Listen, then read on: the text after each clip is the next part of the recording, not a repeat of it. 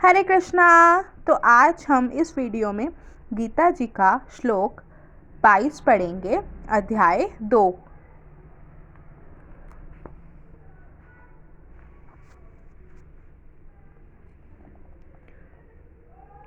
जिस प्रकार मनुष्य पुराने वस्त्रों को त्याग कर नए वस्त्र धारण करता है, उसी प्रकार आत्मा पुराने तथा व्यर्थ के शरीरों को त्याग कर नवीन भौतिक शरीर धारण करता है।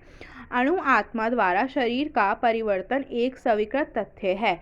आधुनिक विज्ञानी जन तक जो आत्मा के अस्तित्व पर विश्वास नहीं करते, पर साथ ही हृदय के शक्ति साधन की व्याख्या भी नहीं कर पाते, उन परिवर्तनों को स्वीकार करने को बाध्य है जो बाल्यकाल से कौमारावस्था और फिर तरुणावस्था तथा वृद्धावस्था में होते रहते हैं। वृद्धावस्था से यही परिवर्तन दूसरे शरीर में स्थानांतरित हो जाता है। इसकी व्याख्या पिछले श्लोक में दी जा चुकी है। अणु आत्मा का दूसरे शरीर में स्थानांतरण परमात्मा की कृपा से संभव हो पाता है।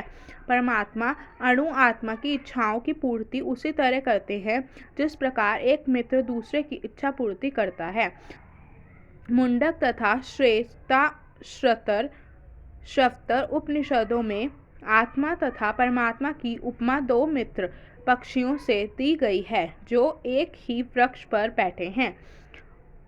इनमें से एक पक्षी अणु आत्मा वृक्ष के फल को खा रहा है और दूसरा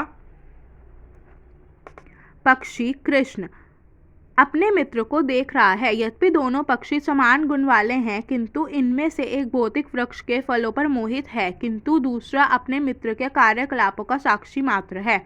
कृष्ण साक्षी पक्षी है और अर्जुन फल भोक्ता पक्षी। यद्यपि दोनों मित्र सखा हैं, किंतु फिर भी एक स्वामी है और दूसरा सेवक है। अणु आत्मा द्वारा इस संबंध की विस्मृति ही उसके एक वृक्ष से दूसरे पर जाने या एक शरीर से दूसरे में जाने का कारण है। जीव आत्मा प्रकृत शरीर रूप वृक्ष पर अत्यधिक संघर्षशील है, किंतु ज्यों ही वह दूसरे पक्षी को परम गुण के रूप में स्वीकार करता है, जिस प्रकार अर्जुन कृष्ण का उपदेश ग्रहण करने के लिए स्वेच्छा से उनकी शरण में जाता है, त्यों ही परतंत्र पक्षी तुरंत सारे शोकों से विमुक्त हो जाता है। यद्यपि दोनों पक्षी एक ही वृक्ष पर बैठे हैं, किंतु फल खाने वाला पक्षी वह पक्षी वृक्ष के फल के भोक्ता रूप से चिंता तथा विषाद में निमग्न है।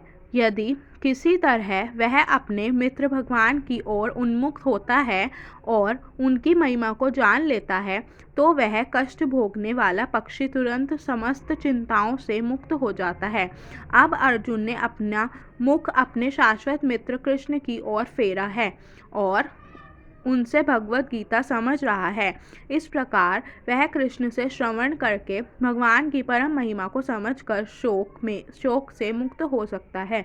यहाँ कृष्ण ने अर्जुन को उपदेश दिया है कि वह अपने पितामह तथा गुरु के देहांतरण पर शोक प्रकट न करे, अपितु उसे इस धर्म युद्ध में उनके शरीरों का वध करने से प्रसन्न होना चाहिए, जिससे वह सब विभिन्न शारीरिक कर्म फलों से तुरंत मुक्त हो जाएं। बलिवेदी पर या धर्म युद्ध के प्राणों को अर्पित करने वाला व्यक्ति तुरंत शारीरिक पापों से मुक्त हो जाता है और उच्च लोक को प्राप्त होता है। अतः अर्जुन का शोक करना युक्ति संगत नहीं है।